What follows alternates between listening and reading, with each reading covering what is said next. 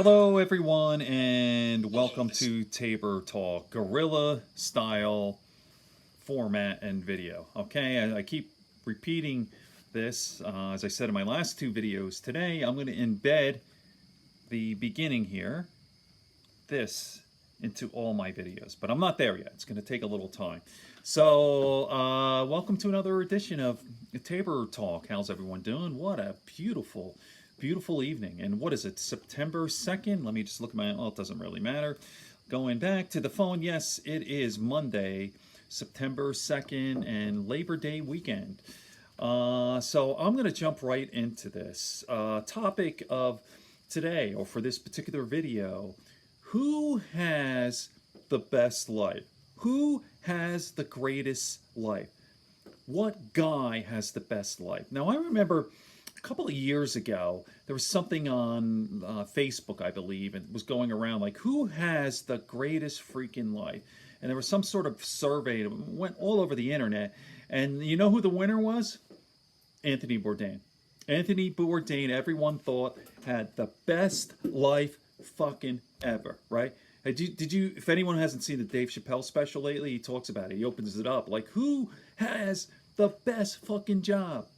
The best job. I mean, he goes around, meets interesting people, travels the world, and he just eats.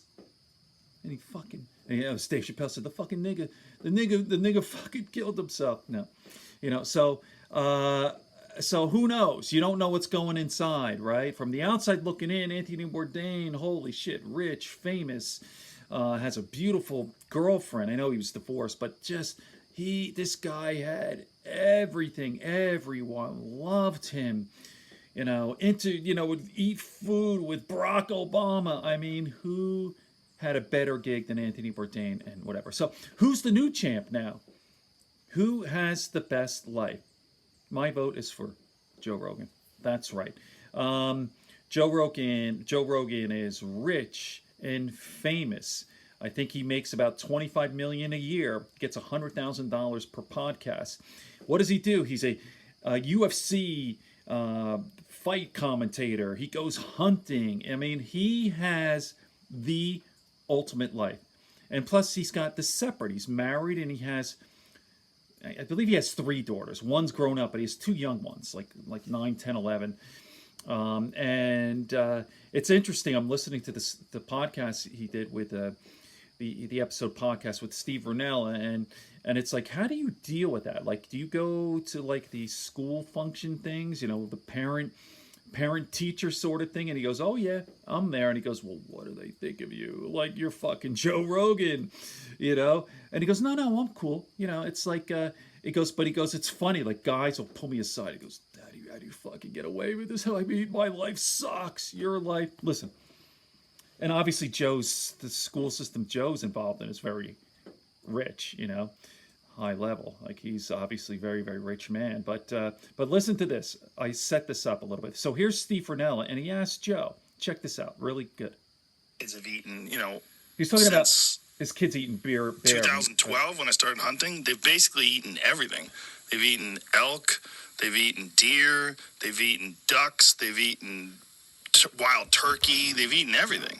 What's their, how are they viewed in their community? Like, how are you viewed in that like school parent community? I don't know. It's hard to tell. Do you go to the events? Yes, I gotta go to one today. Yeah. I'm a weirdo for sure. But are you ostracized? I'm friendly. No, I'm really friendly. So, like, most of it, it's all hugs, like the parent, like, I'm a nice guy. So, like, when I see those folks, it's all, like, friendly and hugs. But some guys will pull me aside and ask me about manly activities. Because they feel like, how did you're actually allowed to be a man? And everyone's neutered, Like, so many guys, their wives are yelling at them, and I'm off doing cage fighting events, and I took a week off. Where were you last week? Oh, I was bow hunting. I was in the mountains with no cell service, And so they might be inclined to be like, well, I don't like that for, like, middle America rednecks, but it's okay for you. Well, they know me, right? Yeah. So they don't, the preconceived notion, and they know I'm a good dad, they know I'm very active, and I'm constantly around my kids, and I take it very seriously, and it means the world to me. So, like, parents, one of the most important things that I find is good parents respect good parents. They see that you love your children. That's an interesting point. Yeah. I mean, if you find someone who's like a dismissive parent and is not interested, a disinterested parent, it's like one of the most disturbing and disappointing things.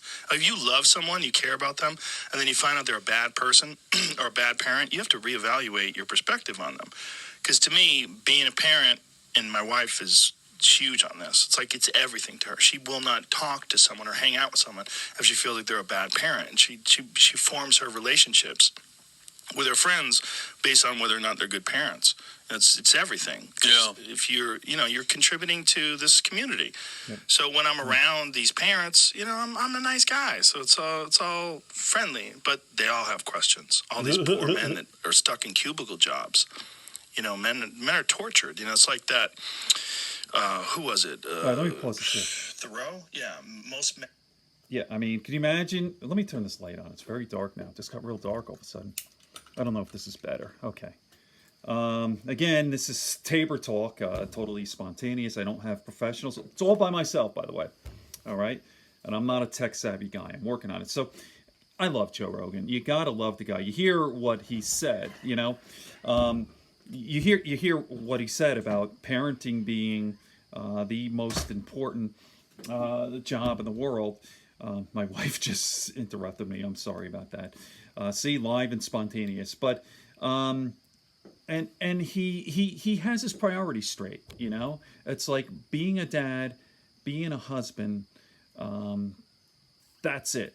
There's nothing more important. And it's funny, like the guys will pull him aside. It's like, Joe, man, my life sucks, man. I'm in a cubicle and my wife yells at me. Help, Joe, So I think it was pretty, I thought that was pretty funny. Sorry. Okay. So this is Tabor Talk. Good books, good friends, a sleepy conscience. Peace, love, and understanding. And let me fade out.